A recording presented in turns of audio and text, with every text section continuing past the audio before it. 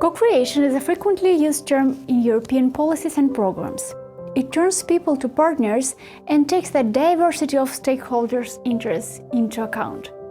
As a result, implementation is often faster and with few conflicts.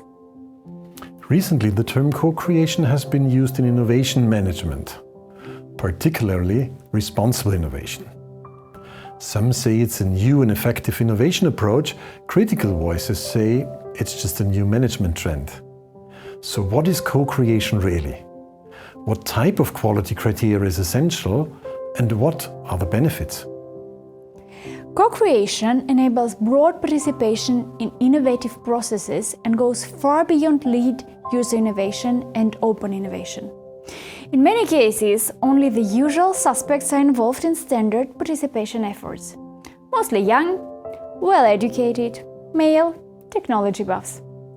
Co-creation actively invites the people that are easily overlooked, for example, people from low-income areas, children, the elderly, and people with special needs. Co-creation, therefore, firstly, requires a well-planned strategy and careful selection of participants.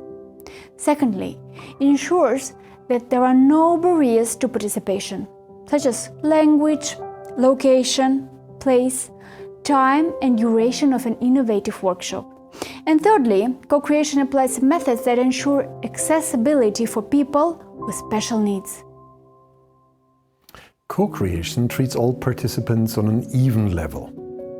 It takes the view that everyone can learn from each other and that all users are experts of their own experience. Therefore, seriousness, transparency and fairness are highly important in co-creation.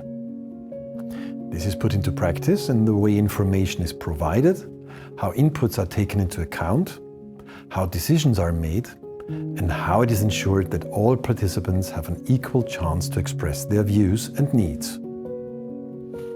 Talking about transparency and inclusion, in times of GDPR, participants' personal data is protected as standard. It might sometimes be tempting to film a co-creation process to show it to people who could not attend. However, we don't think that this is a good idea, as in our experience, the mere presence of a camera in the room can diminish participation and therefore lead to less fruitful results. Co-creation has to consider the needs of the participants, and this can vary. Companies often focus on the profit and market shares they want to achieve with the next big thing. Citizens often focus on their needs, interests, or problems. It is important to have a clear understanding from the start on the interests and needs of each stakeholder group and whether there are any conflicts. So it can be very helpful to contact participants before a co-creation workshop, have an interview with them, or even visit them in their home.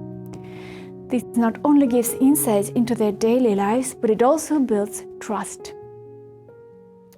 Co-creation requires professional process management to handle communication and expectations. This should include regular feedback cycles, which help to continuously improve the co-creation process. Co-creation should have a clear mandate and not be used as an end into itself or purely for the purpose of public relations. Co-creation also needs professional facilitation, preferably by someone who has experience with stakeholder dialogues and participation in design thinking tools. Additionally, specifically designed facilitation tools, such as the toolbox developed in the Living Innovation project, should be used. Co-creation needs resources. First of all, time. A few hours is the minimum. A few days would be desirable. It needs a certain level of financial resources, and we suggest being generous.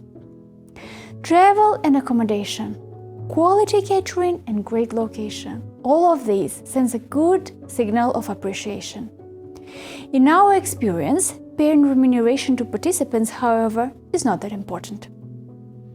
One challenge of co-creation, especially in the business context, is the ownership of the results. As here there's definitely potential for conflicts of interest.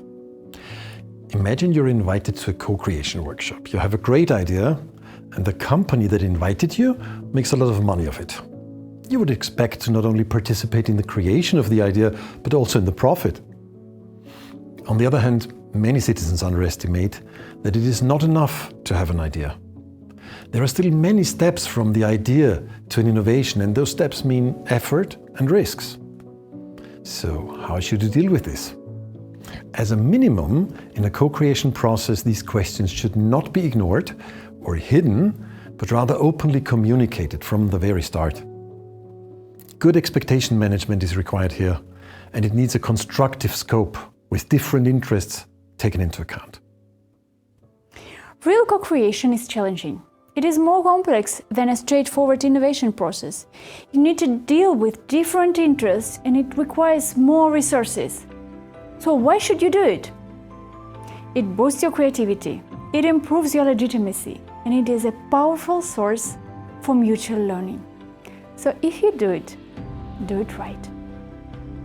If you want to learn more about co-creation, please visit the Living Innovation website and download our co-creation toolkit.